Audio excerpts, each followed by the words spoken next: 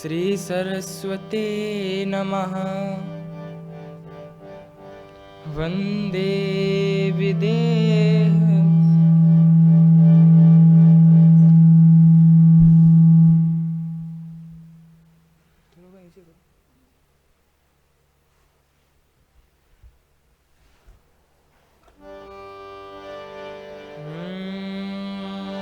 श्री गणेशाय नमः। श्री सरस्वते नमः। वंदे विदेहतनया पदपुण्डरीकं कैशोरसौरभ समाहितयोगिचित्तं हन्तुं त्रितापमनसं मुनिहंससेव्यं सन्मानसालपर्पीतपरागपुञ्जम् कौसलेन्द्रपदकञ्जमञ्जुलो कोमलाभजुमहेशवन्दितो जानकीपदकर सरोजलालितो चिन्तुकस्य मनभृङ्गसङ्गिनो यत्र यत्र रघुनाथकीर्तनं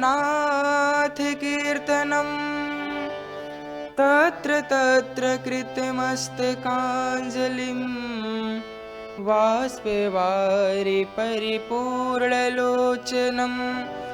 मारुतिं नमते राक्षसान्तिकम् गङ्गातरङ्गरमणी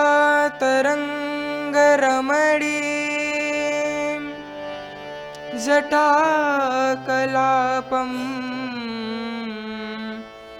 गौरी निरन्तर विभूषितवामभागं नारायण प्रियमनङ्ग मदापहारं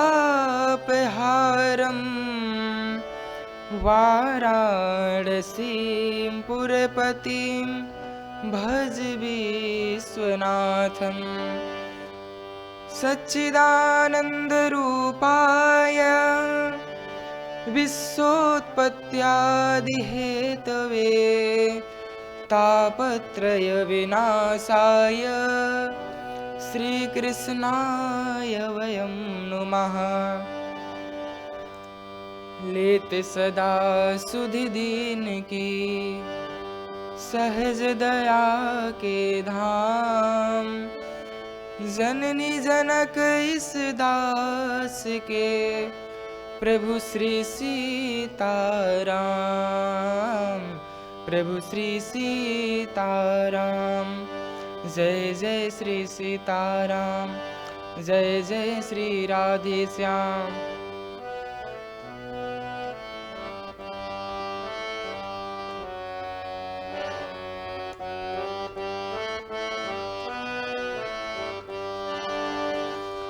हरे राम राम राम हरे हरे हरे राम राम राम हरे हरे हरे हरे राम राम हरे हरे।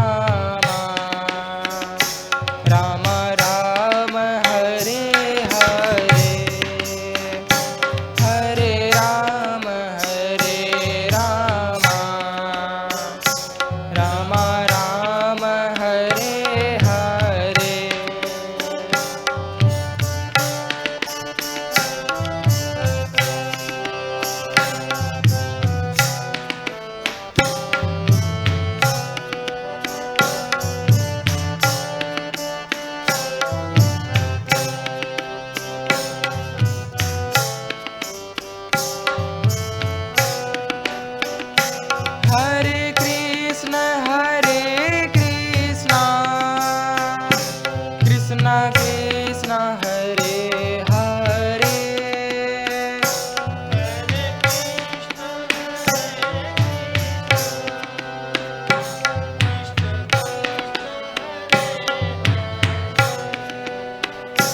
हरे राम राम राम हरे हरे,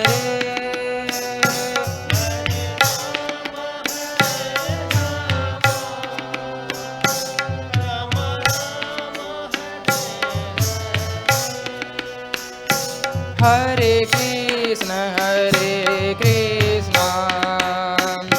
कृष्ण कृष्ण हरे हरे, हरे कृष्ण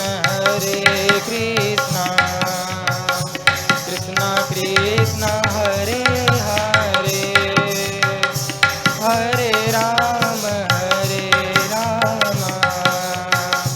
राम राम हरे हरे, हरे कृष्ण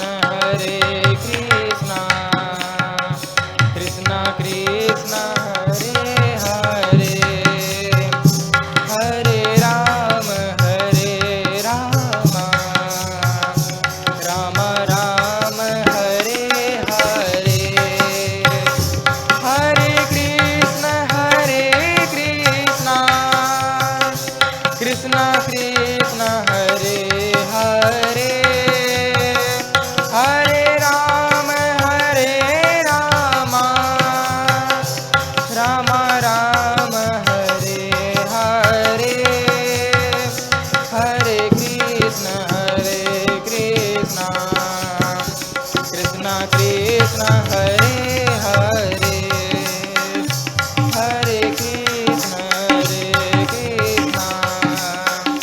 कृष्ण कृष्ण हरे हरे, हरे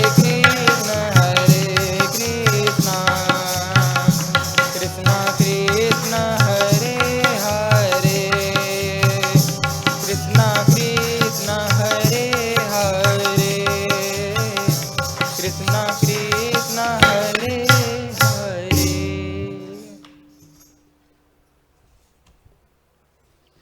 तो आइए हम सभी अब भगवान की कथा में प्रवेश करते हैं।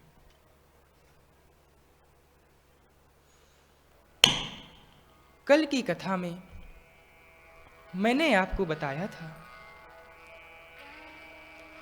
कि भगवान शंकर और माता पार्वती का विवाह सा आनंद संपन्न होता है और भगवान शंकर एवं माता पार्वती अब कैलाश पर्वत पर आ जाते हैं। एक बार कैलाश पर्वत पर ही भगवान शंकर एक बट वृक्ष की छाया में बैठने गए। एक बार तेहि तरु प्रभु गयो, तरु बिलोक मन अति सुख भयो। भगवान शंकर बट वृक्ष की छाया में बैठने जाते हैं और जैसे ही उस बट वृक्ष को देखते हैं उनको बड़ा ही सुख का अनुभव होता है।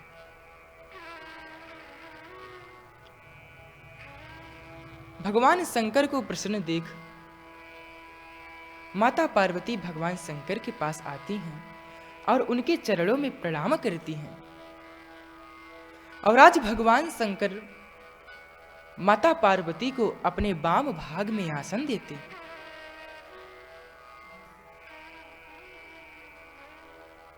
माता पार्वती भगवान शंकर से कहती हैं, प्रभु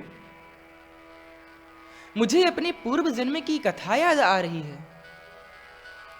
आपने मेरा परित्याग कर दिया था और फिर मेरा जन्म हिमालय राज्य के यहां पर हुआ था। और प्रभु भगवान की कृपा से अब मुझे कोई भी भ्रम नहीं है, मेरा सारा संशय दूर हो गया है और अब तो मैं भगवान की कथा सुनना चाहती हूं।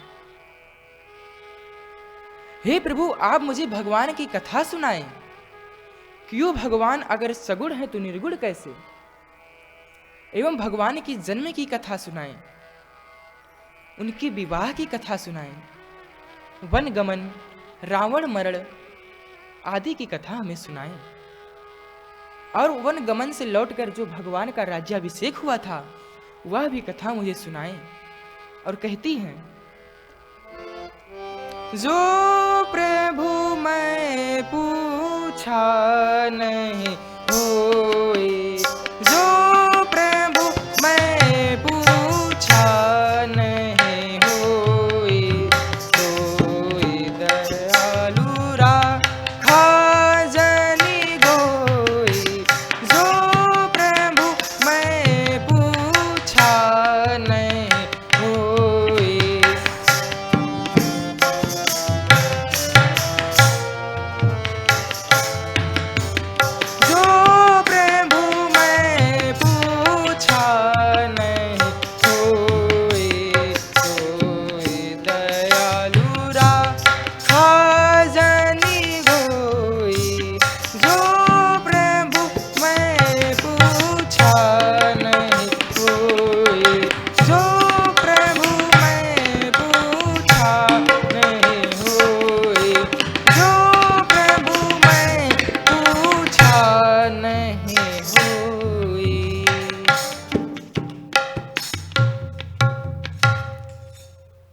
हे प्रभु, जो मैंने आपसे पूछा भी ना हो वह भी आप मुझे सुनाएं।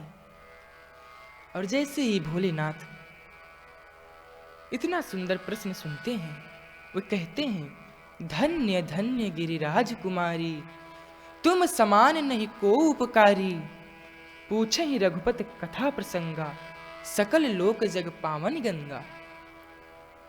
हे देवी, आपने बहुत ही सुंदर प्रश्न पूछा है। आप भगवान की कथा को सुनना चाहती हैं, जो कि गंगा है और जो जगत को पावन करती है। देखिए, एक गंगा प्रयागराज में है। वो गंगा माता केवल मनुष्य के पापों को धोती हैं, पाप करने की प्रवृत्ति को नहीं। और भगवान शंकर ने जो गंगा बनाई है वो मनुष्य के पापों को भी धोती है और पाप करने की प्रवृत्ति को भी धो देती है। हे देवी, सबसे पहले आप इस भ्रम को दूर कीजिए कि यदि भगवान सगुण है तो निर्गुण कैसे, क्योंकि वही भगवान बिनु पद चले सुने बिनु काना, जो बिना पांव के चलता हो और बिना हाथ के कार्य करता हो, तथा बिनु वाणी वक्ता बड़ जोगी, जो बिना वाणी के बोलता है वो भगवान निर्गुण है। बस भक्ति की भावना के अनुसार भगवान अपना रूप धारण कर लेते हैं। आप ऐसे समझिए जैसे जल होता है। जल का अपना कोई आकार नहीं है, वह निराकार है। जल को आप किसी भी पात्र में रख दो, वह उसी के आकार का हो जाता है। यदि आप जल को लोटे में रखिए तो वह लोटे के आकार का हो जाएगा, जल को गिलास में रखिए तो वह गिलास के आकार का हो जाएगा। लेकिन अगर वही जल को आप किसी पात्र में रखकर फ्रीजर में रख दें तो वह उसी पात्र के आकार का हो जाता है। वैसे ही भगवान भी निराकार हैं। जल की तरह भी भगवान का कोई आकार नहीं है, बस वो भक्त की भावना के अनुसार आकार लेते हैं। यदि भगवान को आप भक्ति के कटोरे में रखकर प्रेम रूपी फ्रीजर में डाल दें तो वही भगवान साकार हो जाते हैं।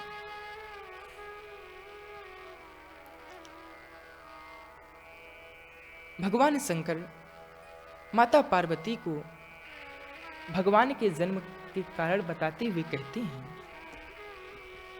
राम जन्म के हेतु अनेका, राम जन्म के हेतु अनेका, परम विचित्र एक तेका, राम जन्म के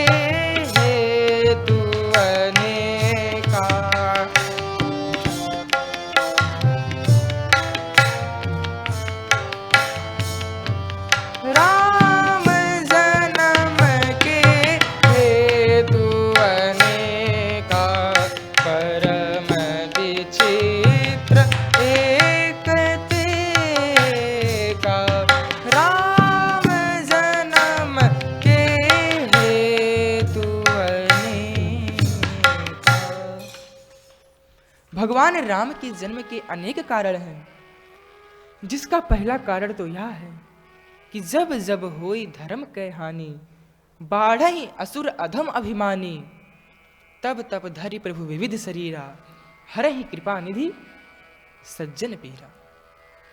यदा यदा हि धर्मस्य ग्लानिर्भवति भारत, अभ्युत्थानम धर्मस्य तदात्मानं सृजाम्यहम्। जब जब पृथ्वी पर धर्म की हानि होती है, अधर्म बढ़ता है, तब भगवान किसी न किसी रूप में अवतार लेते हैं और धर्म की स्थापना करते हैं। परित्राणाय साधूनां विनाशाय च दुष्कृतां, धर्म संस्थापनार्थाय संभवामि युगे युगे। जब जब इस धरती पर अधर्म दुराचार बढ़ता है, तब भगवान अवतार लेते हैं और धर्म की स्थापना करते हैं। देखिए, धर्म की अपनी महिमा तो है ही, लेकिन अधर्म की भी अपनी एक महिमा है। धर्म का यह साहस नहीं है कि वो भगवान को ऊपर से नीचे बुला ले, परंतु अधर्म का यह साहस है कि वो भगवान को ऊपर से नीचे बुला लेता है।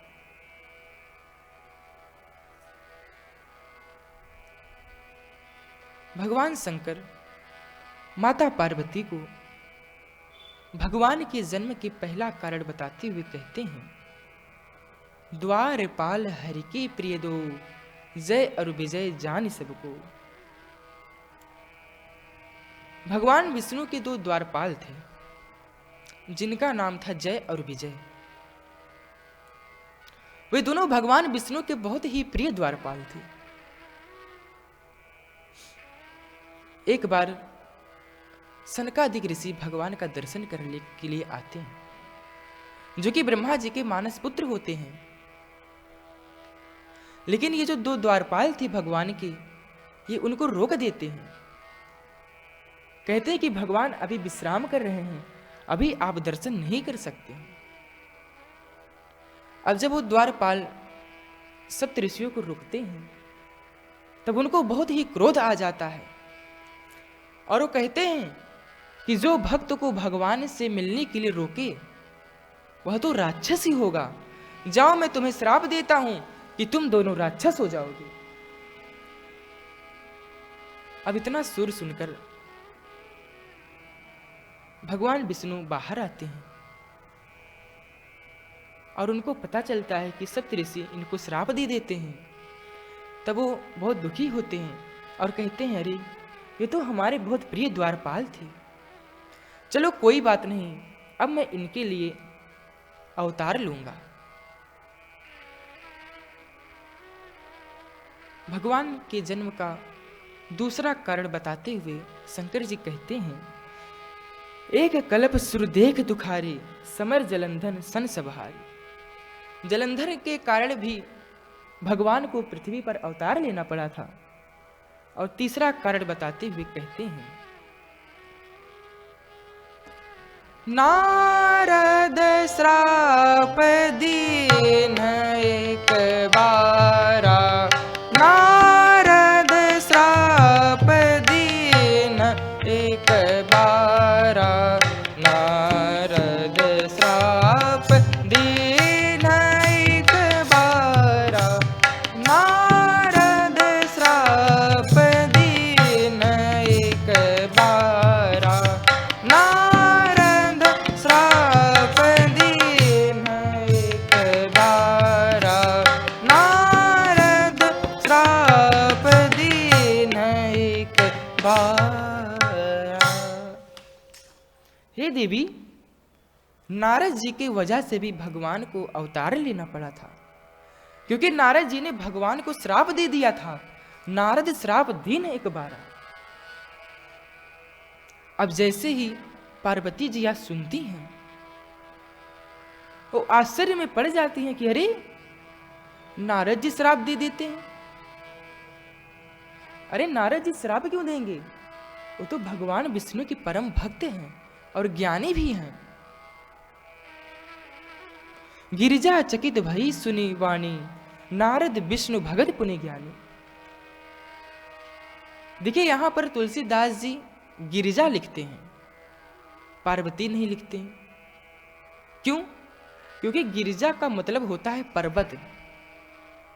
जैसे पर्वत अपनी जगह से नहीं हिलता है, वैसे ही माता पार्वती का श्रद्धा भी अपनी जगह से नहीं हिलता। और नारद जी माता पार्वती के गुरुदेव हैं। और जैसे ही माता पार्वती सुनती हैं कि नारद जी भगवान विष्णु को श्राप देते हैं, वे आश्चर्य में पड़ जाती हैं कि हमारे गुरुदेव श्राप क्यों देंगे? का अपराध रमापति कीन्हा? ऐसा कौन सा अपराध भगवान विष्णु ने किया जिसकी वजह से नारद जी उनको श्राप दे देते हैं? तब भगवान शंकर कहते हैं, बोले बिहस महेश तब ज्ञानी मूढ़ न कोय, जहि जस रघुपति करहि जब सोई तस तहि छन होय। जिसको भगवान जैसा बना देते हैं वह वैसा हो जाता है। पार्वती जी कहती हैं, प्रभु हमें आप पूरी कथा सुनाएं। तब शंकर जी कहते हैं, हिम गिर गुहा एक अति पावन, तह समीप सुरसरी सुहावन।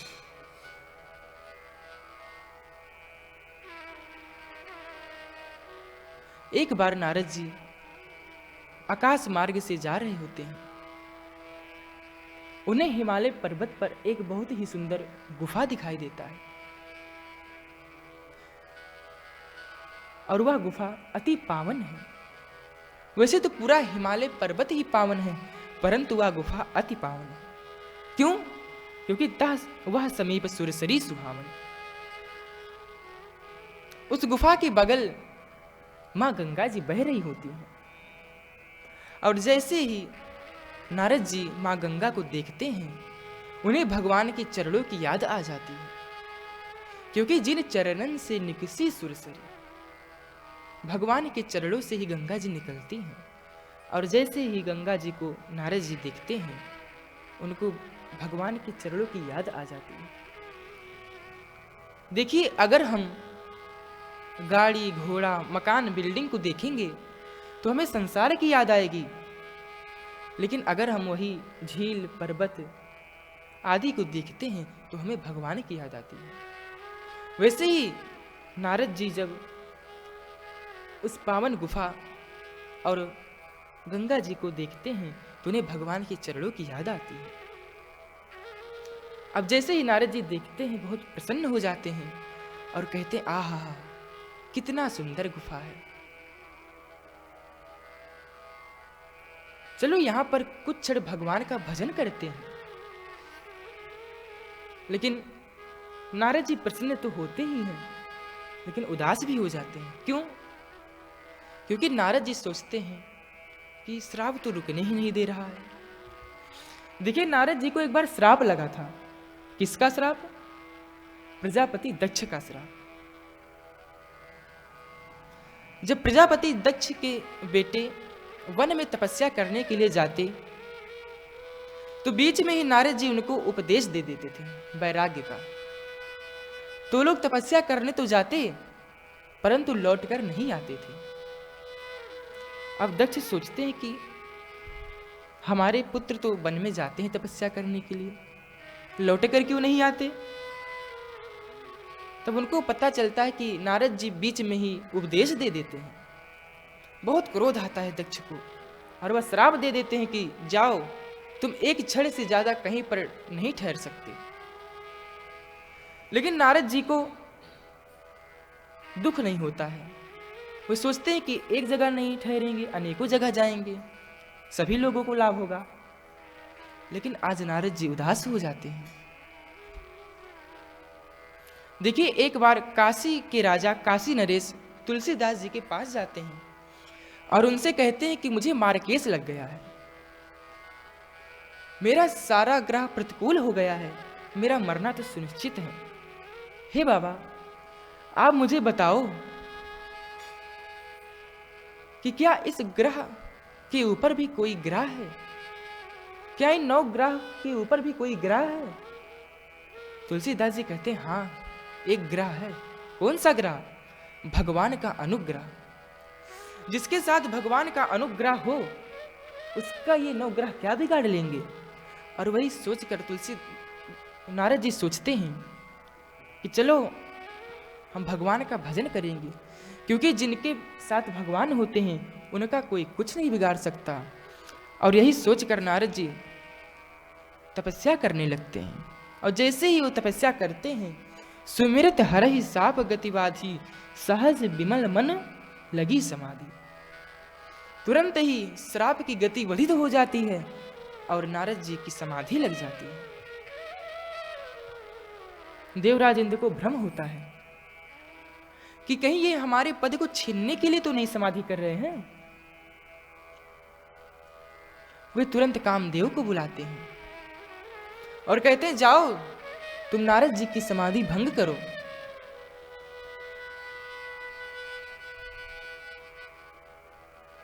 कामदेव अपने दूतों के साथ जाता है नारद जी की समाधि भंग करने के लिए।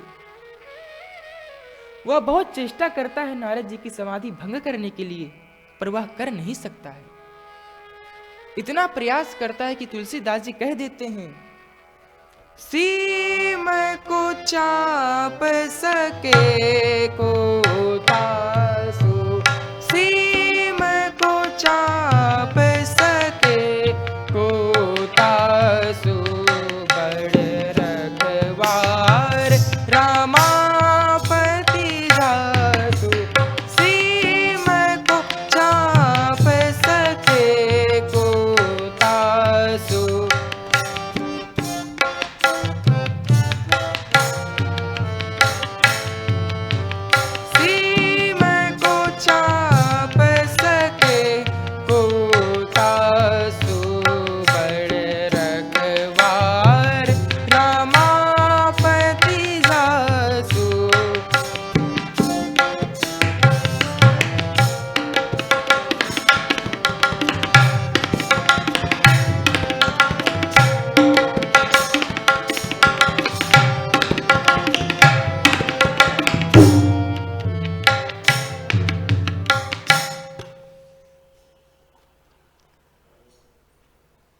नारद इतनी चेष्टा करते हैं, कामदेव इतनी चेष्टा करते हैं नारद जी की समाधि भंग करने के लिए, परंतु वह समाधि नहीं भंग कर सकते हैं और वह थक कर बैठ जाते हैं। तभी नारद जी की समाधि खुलती है। कामदेव एवं उनके दूतों को नारद जी देखते हैं और कहते हैं, अरे कामदेव तुम। कामदेव कहता है कि हे नारद जी, आप तो धन्य हैं, हम आपकी समाधि को भंग करने के लिए आए थे।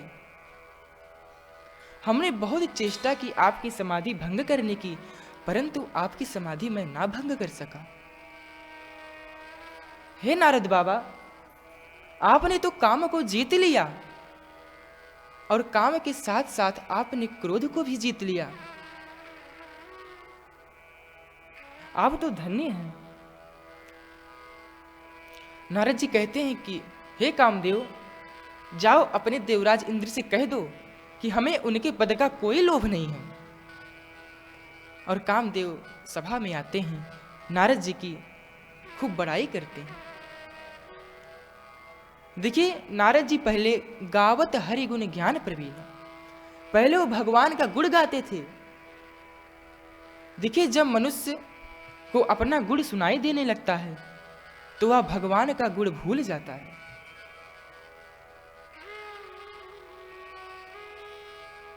और कामदेव इंद्र जी की सभा में जाता है, कहता है कि नारद जी, आपके पद का कोई लोभ नहीं है। सभी लोग नारद जी की बड़ाई करते हैं, लेकिन प्रणाम भगवान को करते हैं। और इधर नारद जी सोचते हैं कि अरे, मैंने तो काम को भी जीत लिया, क्रोध को भी जीत लिया और लोभ को भी जीत लिया।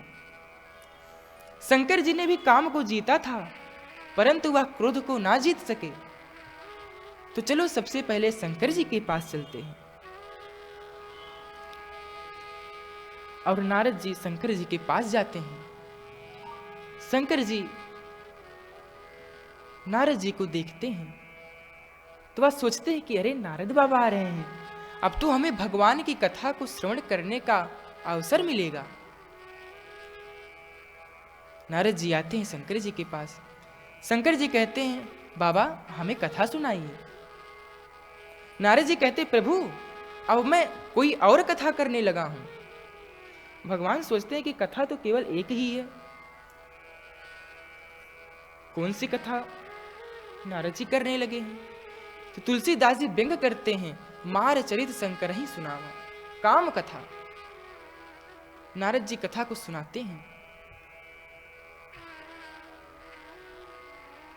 और कहते हैं कि बाबा कथा कैसी लगी? शंकर जी कहते हैं कि जैसे आपने ये कथा हमें सुनाई वैसे किसी को मत सुनाना।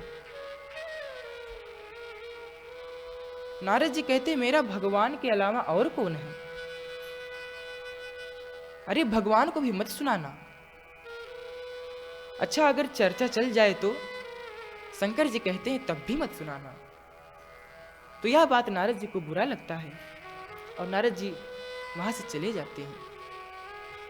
कुछ दिन तक नारद जी ब्रह्मलोक पे रहते हैं और एक बार नारद जी एक बार करतल वर वीणा गावत हरि गुण ज्ञान प्रवीणा। एक बार नारद जी बीड़ा बजाते हुए बैकुंठ धाम में नहीं क्षीर सागर में जाते हैं। भगवान शयन करने ही वाले होते हैं। मां लक्ष्मी चरण को दबा रही होती हैं और जैसे ही नारद जी आते हैं वे भगवान को प्रणाम करने के लिए झुकते हैं तो भगवान उनका हाथ पकड़ लेते हैं और अपने बगल बैठाते हैं।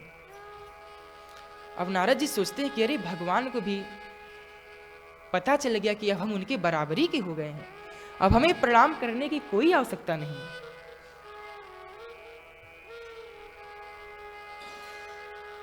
और नारद जी नीचे बैठने लगते हैं तो भगवान उनको पकड़कर अपने बगल बैठाते हैं, बैठे आसन ऋषि समेता। तो नारद जी समझ जाते हैं, वे सोचते हैं कि लगता है भगवान भी समझ गए हैं कि अब मैं उनके बराबरी का हो गया हूं, अब हमें प्रणाम करने की कोई आवश्यकता नहीं। नारद जी से भगवान कहते हैं, अरे नारद जी आप इतने दिन तक कहां पर थे? नारद जी कहते हैं, प्रभु समाधि लग गई थी। और क्या आपको पता है कामदेव आया था मेरी समाधि भंग करने के लिए, परंतु वह समाधि ना भंग कर सका। और प्रभु मैंने काम को भी जीत लिया, क्रोध को भी जीत लिया और लोभ को भी जीत लिया।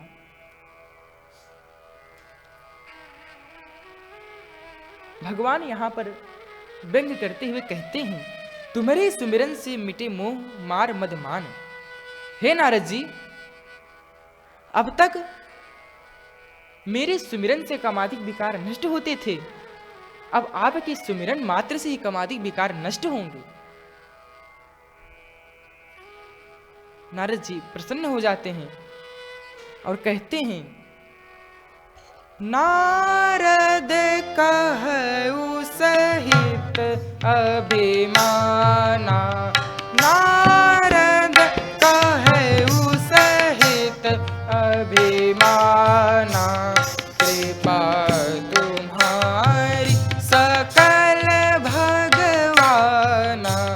नारद कहु सहित अभिमाना, नारद कहु सहित अभिमाना, कृपा तुम्हारी सकल भगवाना। नारद कहु सहित अभिमाना, नारद कहु सहित अभिमाना।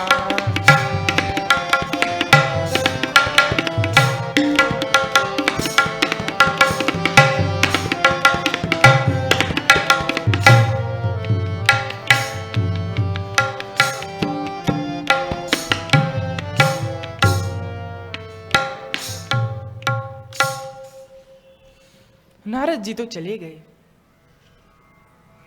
माता लक्ष्मी विष्णु जी से कहती हैं कि हे प्रभु, आपने नारद जी का अभिमान तो और बढ़ा दिया।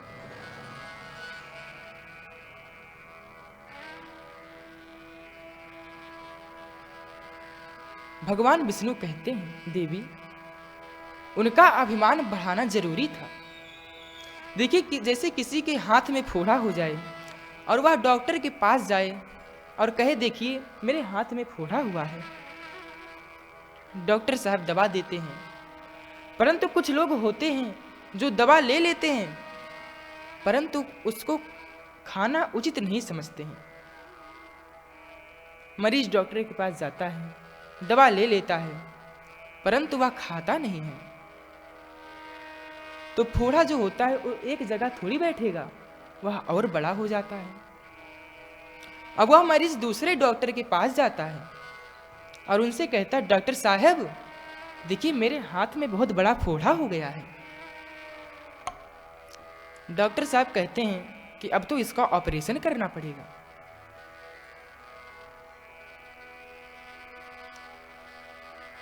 और अभी ये ऑपरेशन के लायक नहीं हुआ, ये थोड़ा और बड़ा हो जाएगा तब हम इसका ऑपरेशन करेंगे। वैसे ही नारद जी के मन में भी अभिमान रूपी फोड़ा हो गया है। और उनके पहले डॉक्टर थे शंकर जी। अगर वे शंकर जी का उपदेश मान लेते तो उनका फोड़ा वहीं पर ठीक हो जाता।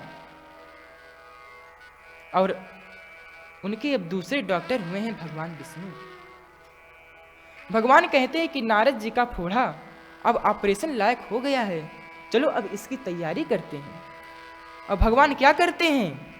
भगवान ने ऐसी माया प्रेरित किया, जहां पर कुछ नहीं था वहां सब कुछ हो गया। एक नगर बनाया, 100 योजन का वहां का राजा शील निधि अपनी पत्नी विश्व मोहिनी के विवाह का स्वयंवर स्वा रहा था। अब नारद जी आकाश मार्ग से जा रहे होते हैं। वे इतनी साज सज्जा देखते हैं तो उनका मन विचलित होता है और नारद जी को बुलाया गया विश्व मोहिनी की हस्तरेखा देखने के लिए। नारद जी हस्तरेखा देखते हैं और हस्तरेखा में लिखा था, जो भी इससे विवाह करेगा वो पहले से ही अजर अमर होगा। परंतु नारद जी ने इसका अलग मतलब लिया। वे सोचते हैं कि जो भी इससे विवाह करेगा वह अजर अमर हो जाएगा। नारद जी सोचते हैं, वैसे तो मैं भगवान हो ही गया हूं, अब मेरे भगवान होने में बस एक लक्ष्मी की कमी है और मैं इससे विवाह कर लूंगा तो वह भी पूरा हो जाएगा। भगवान अपनी लक्ष्मी के साथ क्षीर सागर में रहते हैं, तो मैं अपनी लक्ष्मी के साथ इन्हीं के राज्य में रहूंगा, क्योंकि इनका कोई बेटा नहीं है, मैं इन्हीं के साथ रहा करूंगा। अब नारद जी यही सोचते हैं और सोचते सोचते वह भगवान के पास जाते हैं और कहते हैं, हे प्रभु मुझे विवाह करने की इच्छा हो रही है। भगवान कहते हैं, बड़ा ही सुंदर विचार है, हमारे लायक जो भी सेवा होगा आप मुझे बताइएगा। नारद जी सोचते हैं कि विवाह करने के लिए सुंदर चेहरा चाहिए। अब सुंदर चेहरा कहां से मिलेगा? तो वह भगवान से कहते हैं, हे प्रभु आपन रूप दे ही प्रभु मोहि। हे भगवान आप अपना रूप हमें दे दीजिए। अब भगवान मन ही मन सोच रहे हैं, वाह नारद जी, विवाह आपका और रूप हमारा। नारद जी कहते हैं, प्रभु और कोई उपाय नहीं है। और कहते हैं, हे प्रभु जय विधि होई नाथ हित मोरा, करो सुबेग दास में तोरा। जिस प्रकार मेरा भला हो आप वही कीजिए। तो भगवान सोचते हैं कि इनको अपना रूप दिया जाए कि ना दिया जाए। और नारद जी ने कहा है, जिससे मेरा भला हो आप वही कीजिए। तो बंदर की आकृति नहीं, परंतु बंदर का चेहरा जरूर प्राप्त करते हैं नारद जी। अच्छा, नारद जी का जो बंदर का चेहरा था वह कितनों ने देखा। वह चेहरा या तो विश्व मोहिनी ने देखा होगा या तो भगवान ने देखा होगा, परंतु दो लोगों ने जरूर देखा। कौन? शंकर जी के दो गढ़। शंकर जी ने अपने दो गढ़ नारद जी के पीछे लगाए थे और उनसे कहा था कि नारद जी के विवाह का आंखों देखा हाल मुझे बताना। अब शंकर जी के पास समाचार गया कि नारद जी ने भगवान से कहा था, जेहि विधि होई नाथ हित मोरा, जिससे मेरा हित हो आप वही कीजिए। तो भगवान नारद जी को बंदर बना देते हैं। अब नारद जी सभा में जाते हैं। नारद जान सबह सिरुनामा, सभी लोग नारद जी को प्रणाम करते हैं। भगवान अपने भक्त का हंसी थोड़ी कराएंगे। नारद जी को कोई नहीं देखता है, केवल एक बार विश्व मोहिनी देखती है, फिर वह भी नहीं देखती है। अब भगवान शंकर के पास फिर समाचार गया। भगवान शंकर समझ जाते हैं कि जो भी भगवान का बंदर बन जाता है, उसे विश्व को मोहित करने वाली भगवान की माया भी सब जगह व्याप्त है, परंतु उसको छू भी नहीं सकती है, केवल उसे देखकर उसे की ओर दोबारा देखती भी नहीं है। तो ऐसी ही है भगवान की माया। इसलिए शंकर जी अपने 11वें अवतार में बंदर का रूप धारण करते हैं, बंदर का अवतार लेते हैं। रुद्र देह तज नेह बस, बंदर भय हनुमान। शंकर जी अपने 11वें अवतार में बंदर का अवतार लेते हैं और इधर विश्व मोहिनी ने नारद जी के गले में माला नहीं डाली। भगवान प्रकट हो जाते हैं और भगवान के गले में विश्व मोहिनी माला डाल देती है। भगवान तो चले जाते हैं।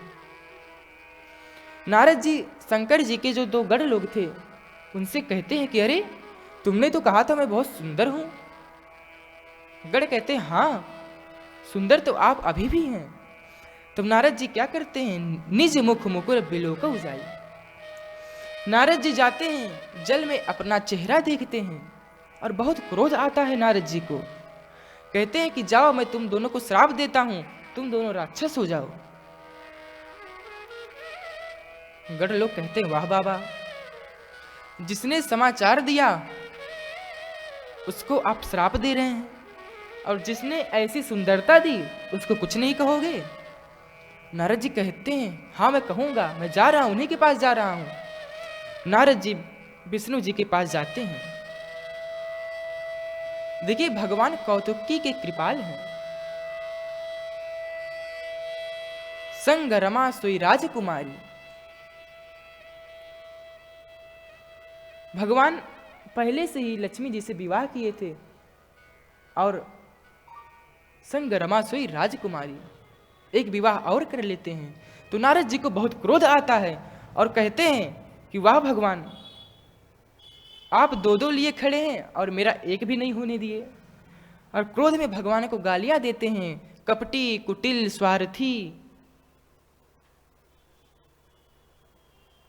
नारद जी कहते हैं कि हे प्रभु, आप तो स्वतंत्र हैं, आपके सिर पर तो कोई नहीं है। भगवान कहते हैं तो मैं किसको सिर पर धारण कर लूं। तो नारद जी गुस्से में कहते हैं जाओ मेरे श्राप को अपने सिर पर धारण कर लो। मैं तुम्हें श्राप देता हूं कि जैसे आज मैं अपनी पत्नी के वियोग में रो रहा हूं, वैसे तुम भी पृथ्वी पर अवतार लोगे और तुम्हारी पत्नी का हरण हो जाएगा और तुम भी अपनी पत्नी के वियोग में रोओगे। तो भगवान क्या करते हैं, श्राप शीस धरि हर्ष हिय, प्रभु बहु बिनती कीन, निज माया के प्रबलता करसि कृपा निधि लीन। भगवान उस श्राप को अपने सिर पर धारण कर लेते हैं और उसके बाद भगवान अपनी सारी माया को हटा देते हैं। जैसे ही भगवान अपनी माया को हटाते हैं सब कुछ गायब हो जाता है। नारद जी भगवान के चरणों में गिर जाते हैं और रोते हुए कहते हैं प्रभु मुझसे बहुत बड़ी गलती हो गई, आप मुझे क्षमा कर दीजिए। तो भगवान कहते हैं कोई बात नहीं नारद, मुझे पृथ्वी पर अवतार लेना ही था, चलो मैं आपके कारण से ही पृथ्वी पर अवतार लूंगा। देखिए हमारे प्रभु कितने दयालु हैं। शंकर जी माता पार्वती से कहते हैं कि नारद जी की वजह से भी भगवान को अवतार लेना पड़ा था, और भगवान के अवतार का चौथा कारण बताते हुए भगवान शंकर कहते हैं, स्वयंभू मन अरु मनु सतरूपा जिनते भय नर सृष्टि अनुपा।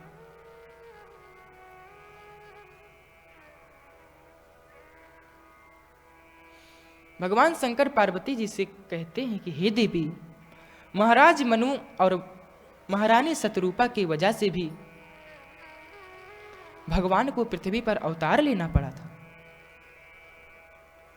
देखिए महाराज मनु के जीवन में कोई कमी नहीं थी। कमी थी तो बस एक चीज की कमी थी, कमी की ही कमी थी। बेटा उत्तानपाद जैसा, छोटे बेटे का नाम प्रियवत, बेटी का नाम देवहूति और दामाद का नाम कंदर्प ऋषि। बेटी की यहां भगवान ने अवतार लिया। जठर धरो प्रभु कपिल कृपाला, कपिल देव ने बेटी के यहां अवतार लिया।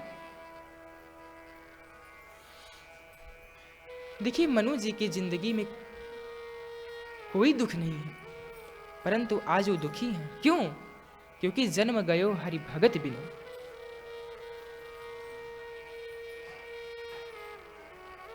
देखिए जिनके जीवन में विषय होता है उनके जीवन में दुख तो होता ही है। और श्री रामचरितमानस में दो महिमावंत राजा हैं, पहला महाराज मनु, दूसरा महाराज जनक। महाराज मनु को अपना महल छोड़कर वन में जाने की आवश्यकता पड़ी क्योंकि उनके जीवन में राग था, लेकिन जनक जी को अपना महल छोड़कर जंगल में जाने की आवश्यकता नहीं पड़ी क्योंकि सहज विराग रूप मनमोरा। देखिए जिनके जीवन में राग होता है उनके जीवन में बहुत कठिनाइयां आती हैं, और जिनके जीवन में राग नहीं होता उन्हें कहीं पर जाने की आवश्यकता नहीं होती। तो महाराज मनु अपना राजपाट त्याग कर संतों के साथ जंगल में चले जाते हैं अपनी पत्नी के साथ, और भगवान का भजन करते हैं और कहते हैं, करे आहार साग फल कंदा सुमरह ब्रह्म सच्चिदानंदा। मनु जी के जीवन में केवल एक ही लालसा थी, भगवान को पाने की। और महाराज मनु अपनी पत्नी शत्रुपा जी के साथ बहुत ही घनघोर तपस्या करते हैं। इतनी घनघोर तपस्या करते हैं कि विधि हरिहर तप देख अपारा मनु समीप आए बहुबारा। ब्रह्मा विष्णु और महेश तीनों लोग मनु जी के पास बहुत बार आते हैं, परंतु एक बार ऐसा होता है कि उन्हें एक वाणी सुनाई देती है, अनन्यता का भाव आ जाता है और आकाशवाणी होती है, मांग मांग वर नभ भई बाड़ी। हे मनु जी मांगो, आपको क्या चाहिए, आप वरदान मांगिए। तब महाराज मनु कहते हैं, प्रभु मुझे आपका दर्शन चाहिए। महाराज मनु कहते हैं, दर्शन? मैं दर्शन देने में विवश हूं। हे प्रभु आपको किसने विवश किया? भगवान कहते हैं, आपने ही मुझे विवश किया, क्योंकि आप दर्शन चाहते हो मेरा, और मैं तो निर्गुण हूं। निर्गुण का दर्शन कैसे हो सकता है? दर्शन तो सगुण का होता है, निर्गुण का नहीं। अच्छा प्रभु, अगर आप दर्शन नहीं देते हैं तो आपने इतने भक्तों को दर्शन दिया है, तो क्या वो कथाएं झूठी हैं? भगवान कहती नहीं नहीं, वो कथाएं झूठी नहीं हैं। अच्छा प्रभु, तो आप भक्त को दर्शन कैसे देते हैं? भगवान कहते हैं कि स्वरूप भक्त बनाता है और बन मैं जाता हूं। हे मनु महाराज, आप स्वरूप बताइए कि आप मुझे किस रूप में दर्शन देना, किस रूप में दर्शन चाहिए आपको? तो मनु जी कहते हैं, जो स्वरूप बस शिव मनमा है, मुझे आपके बाल रूप का दर्शन चाहिए, जिस रूप को कागभूषुंडी जी अपने हृदय में छुपा कर रखे हैं। हे प्रभु, आप मुझे अपने बाल रूप का दर्शन दीजिए। भगवान को दंपति वचन परम प्रिय लागे, मृदुल विनीत प्रेम रस भागे, भगत वछल प्रभु कृपा निधाना, विश्ववास प्रगटे भगवान। भगवान प्रकट हो जाते हैं और मनु जिसे कहते हैं कि हे प्रभु, आप वरदान मांगिए, आपको क्या चाहिए। मनु जी महाराज कहते हैं, प्रभु मैं आपको चाहता हूं। मुझे चाहते हो या मेरे समान चाहते हो? देखिए मनु जी संकोची व्यक्ति हैं। वे भगवान से कहते हैं, हे प्रभु मैं एक बार बोल पाया हूं, अब दोबारा नहीं बोल पाऊंगा। भगवान कहते हैं तो मैं समझूंगा कैसे? मनु जी कहते हैं, प्रभु आपसे कुछ छुपा थोड़ी है। हे प्रभु मैं आपको चाहता हूं। भगवान कहते हैं, ठीक है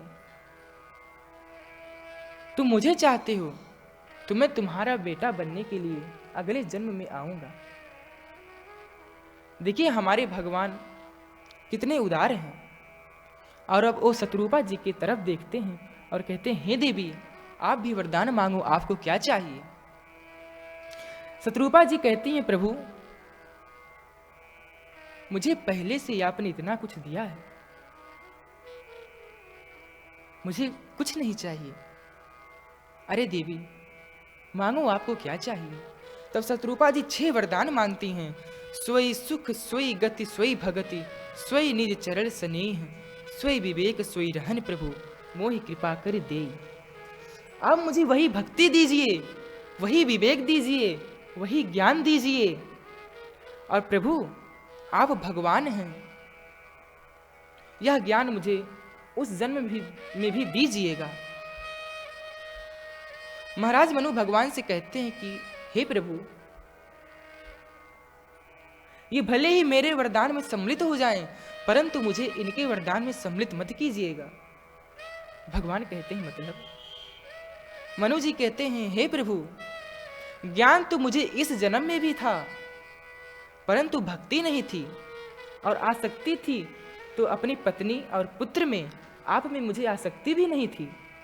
और प्रभु अगर मुझे उस जन्म में पता चल जाएगा कि आप भगवान हैं, तो प्रभु हो सके मुझे आप में आसक्ति ना हो। और अगर मुझे पता रहेगा कि आप पुत्र हैं, तो पुत्र में तो आसक्ति तो हो ही जाएगी। और अगर प्रभु मुझे आप में आसक्ति हो जाएगी तो मेरा कल्याण हो जाएगा। और यही कहकर महाराज मनु रोने लगते हैं और कहते हैं, मणि बिनु फड़ी जिम जल बिनु मीना, मम जीवन तम तुम्हें अधीना। जैसे मणि के बिना सर्प, जल के बिना मछली जीवित नहीं रह सकता, वैसे प्रभु मेरा जीवन आपके अधीन है। तो भगवान कहते हैं कि हे महाराज अगले जन्म में आप महाराज दशरथ होंगे। और महारानी शत्रुपा से कहते हैं कि आप महारानी कौशल्या होंगी और मैं आपका बेटा के रूप में मैं जन्म लूंगा। इस जन्म का पुण्य आप स्वर्ग में भोगोगे और अगले जन्म में मैं आपका बेटा के रूप में इस पृथ्वी पर अवतार लूंगा। भगवान शंकर माता पार्वती से कहते हैं, देवी इस कारण से महाराज मनु और महारानी शत्रुपा की वजह से भी भगवान को पृथ्वी पर आना पड़ा था। और अब भगवान शंकर माता पार्वती को भगवान के अवतार के 5वां कारण बताते हुए कहते हैं कि हे देवी भगवान के अवतार का 5वां कारण महाराज प्रताप भानु हुए। देखिए महाराज प्रताप भानु बहुत ही उच्च कोटि के राजा थे। उनके राजपाट में कहीं भी कोई भी पाप नहीं था। प्रजापाल अति वेद विधि कहू नहीं अखिलेश। उनके राज्य में कहीं भी पाप का नामो निशान नहीं था। वो अपनी प्रजा का बहुत ही अच्छे से सेवा करते थे। एक बार महाराज प्रताप भानु शिकार खेलने के लिए जंगल में जाते हैं।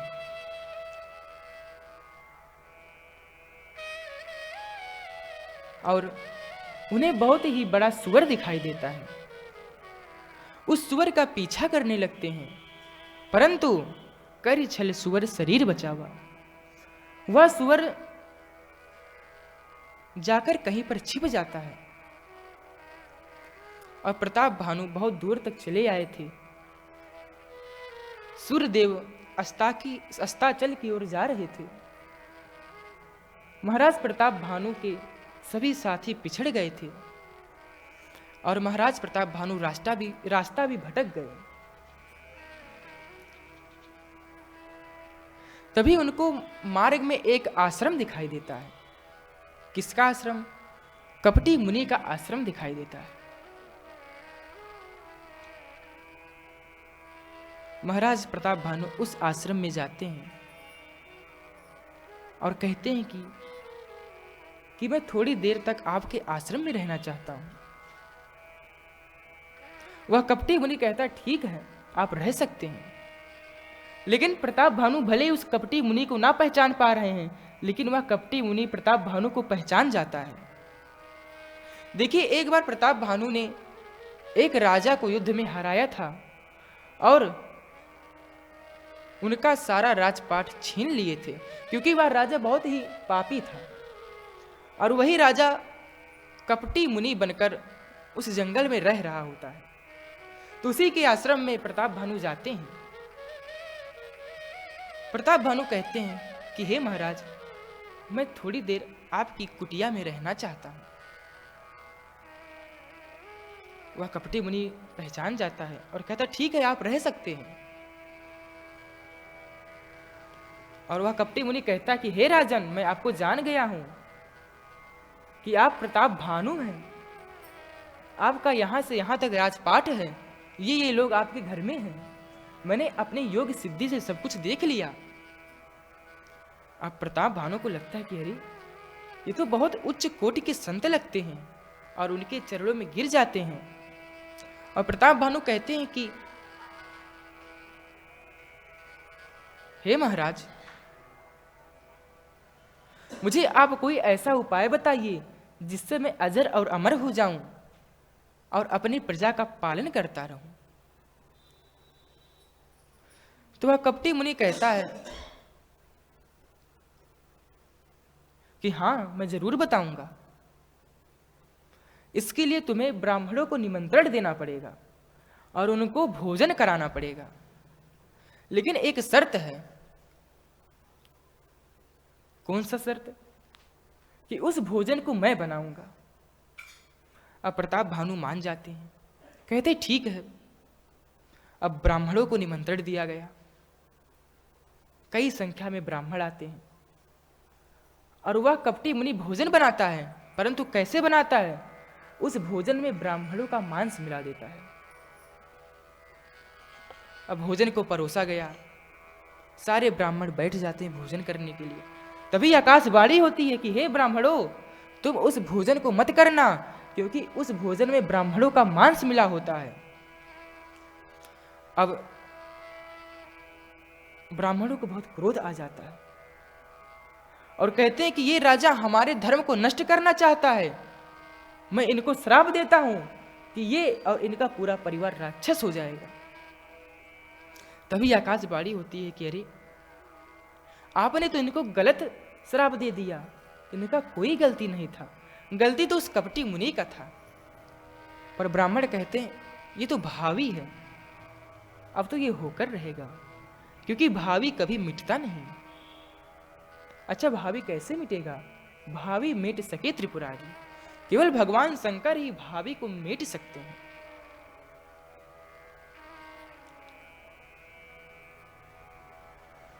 और भगवान बहुत ही दुखी होते हैं। जो प्रताप भानु होता है वह अगले जन्म में रावण बना, और प्रताप भानु का छोटा भाई अरिमर्दन वह कुंभकर्ण बना, और प्रताप भानु के जो मंत्री थे धर्म रुचि, वे विभीषण बनते हैं। और ये तीनों भाई जन्म लेते हैं और बहुत ही घनघोर तपस्या करने लग जाते हैं। भगवान की बहुत घनघोर तपस्या करते हैं। तब ब्रह्मा जी वरदान देने के लिए आते हैं। और कैसे आते हैं? शंकर जी को अपने साथ में लेकर ब्रह्मा जी इनको वरदान देने के लिए आते हैं। तो सबसे पहले ब्रह्मा जी रावण के पास जाते हैं और रावण से कहते हैं कि हे रावण, मांगो तुमको क्या चाहिए। तब रावण कहता है कि हम काहू के मारे ना मरे, मुझे कोई ना मार सके। उसके कहने का मतलब था कि मैं सबको मार लूं पर मुझे कोई ना मार पाए, मतलब मैं अजर अमर हो जाऊं। तब ब्रह्मा जी कहते हैं कि ऐसा नहीं हो सकता। सुख पाता रहा जो सदा जग में, उसे अंत समय दुख पाना पड़ेगा। पछताया नहीं जो कहीं भी कहीं, उसे अंत समय पछताना पड़ेगा। कोई फूल न बाग में ऐसा खिला, खिलके जिसे न मुरझाना पड़ा। विधि का ये अटल विधान रहा, जिसे आना पड़ा उसे जाना पड़ा। ब्रह्मा जी कहते हैं कि जो जो भी जन्म लेता है उसको मरना तो अवश्य है।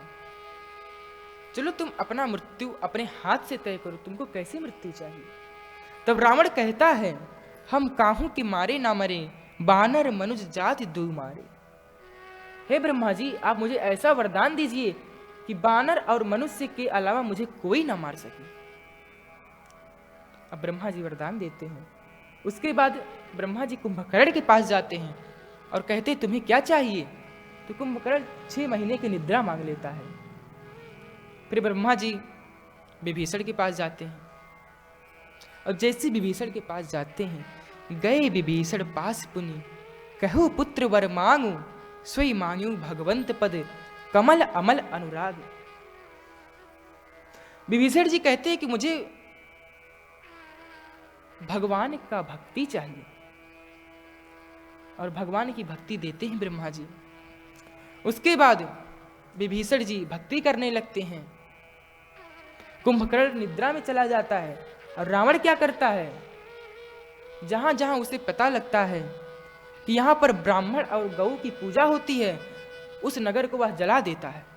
सोचता है कि कहीं फिर धर्म नहीं बचने दूंगा, क्योंकि रावण की मृत्यु बानर और मनुष्य से होती है। तो रावण सोचता है कि भले ही इनका आकृति मनुष्य जैसा होगा, परंतु मैं इनकी प्रवृत्ति राक्षसों जैसा बना दूंगा। इसलिए वह बहुत ही अत्याचार करता है पृथ्वी पर।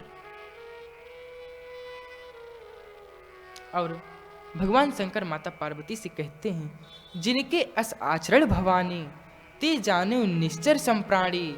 मानहि मातु पिता नहीं देवा, साधुन सन करवावो सेवा।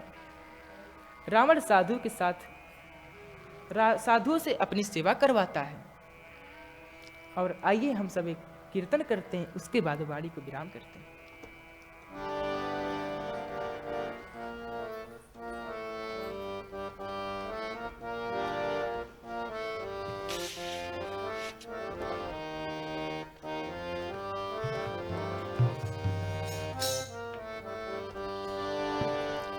श्री राम जय राम, जय जय राम।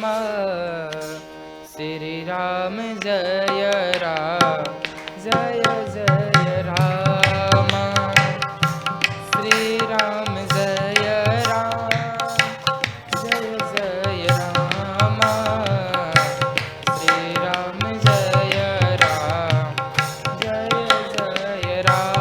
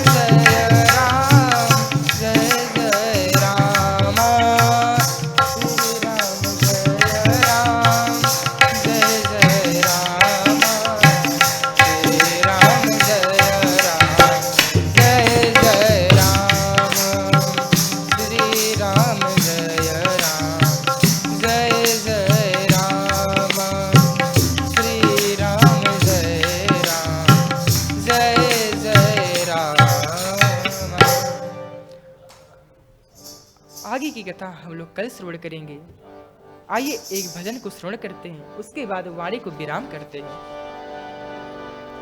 दर पर तुम्हारे आया, दर पर तुम्हारे आया, ठुकरा लो या उठा लो, दर पर तुम्हारे आया, दर पर तुम्हारे आया, ठुकरा लो या उठा लो, करुणा के सिंधु मालिक, करुणा के सिंधु मालिक, अपनी बिरद बचा लो, दर पर तुम्हारे आया, दर पर तुम्हारे आया, ठुकरा लो या उठा लो।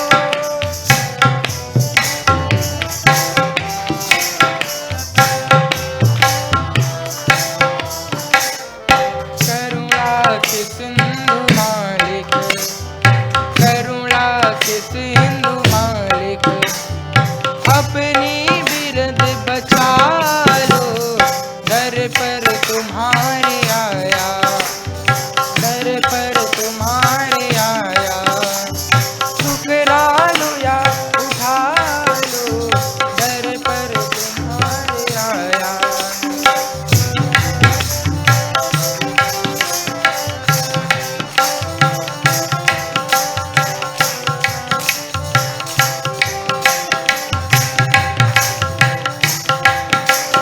मेरा यसवरी जैसा पाया हृदय न मैंने, मेरा यसवरी जैसा पाया हृदय न मैंने,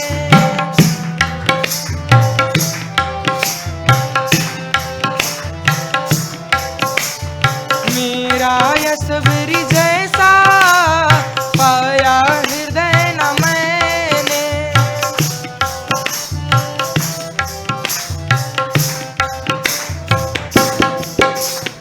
जो कुछ दिया तुम्हारा, जो कुछ दिया तुम्हारा, लो अब इसे संभालो, दर पर तुम्हारे आया, दर पर तुम्हारे आया, ठुकरा लो या उठा लो, करुणा के सिंधु मालिक, करुणा के सिंधु मालिक, अपनी बिरद बचा लो, दर पर तुम्हारे आया,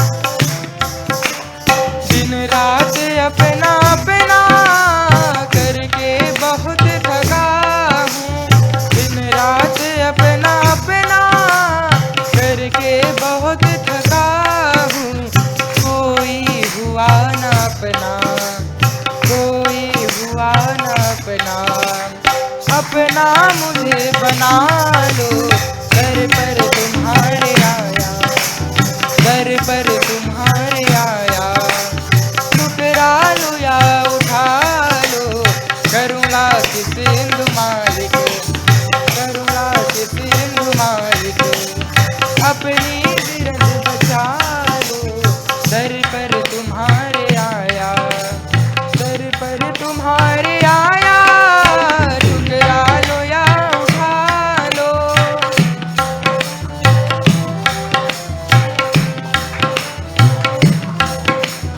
करुणा की सिंधु मालिक, करुणा की सिंधु मालिक। अपनी बिरद बचा लो, करुणा की सिंधु मालिक। अपनी बिरद बचा लो, दर पर तुम्हारे आया, दर पर तुम्हारे आया, दर पर तुम्हारे आया। आइए हम लोग आरती करते हैं, उसके बाद आप सभी लोग आरती प्रसाद लेकर यहाँ से जाइएगा।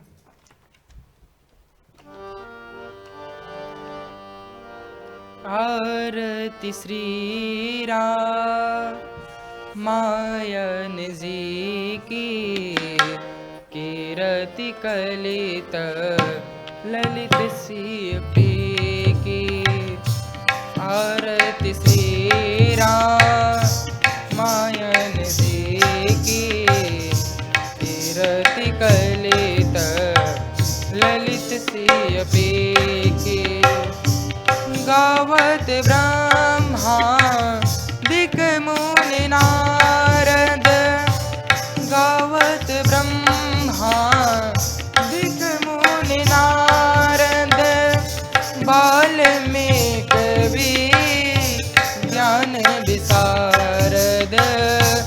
आरती श्री रामायण जी की, कीरति कलित ललित सीपी की।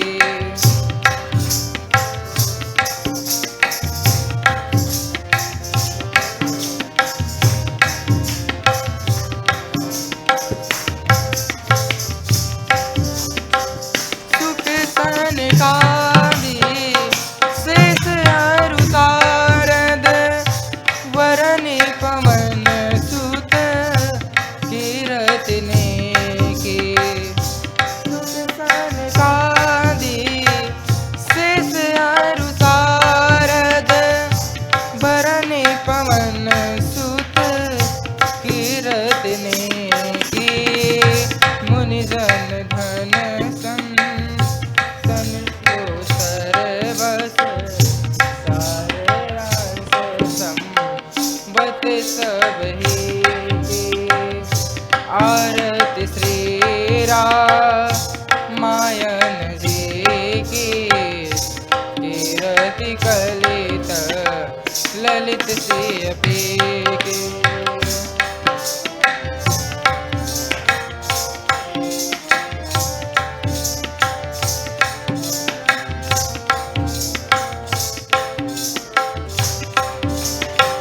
गावत संतत शंभु भवानी, अरुघट संभव मुनि विज्ञानी। व्यास आदि कव भरज बखानी, काग भुसुंडी गरुड़ की। आरती श्री रामायण जी की, कीरति कलित ललित सीपी की।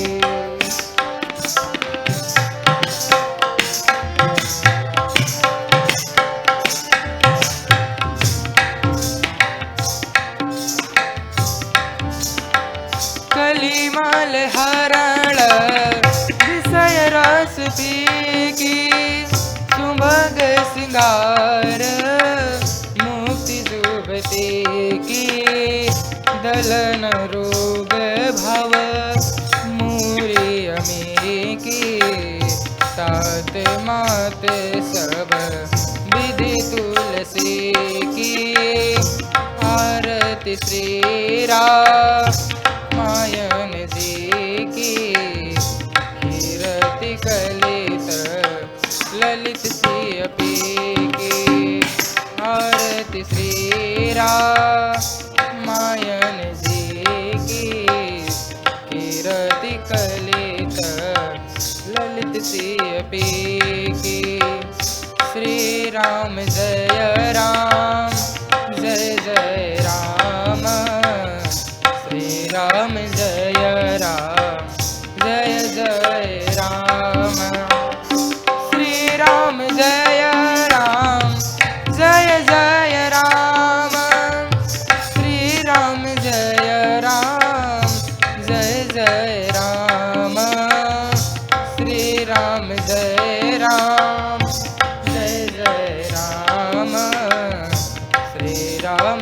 जय राम जय जय राम श्री राम जय राम जय जय राम श्री राम जय राम जय जय राम श्री राम जय राम जय जय राम श्री राम जय राम जय जय राम।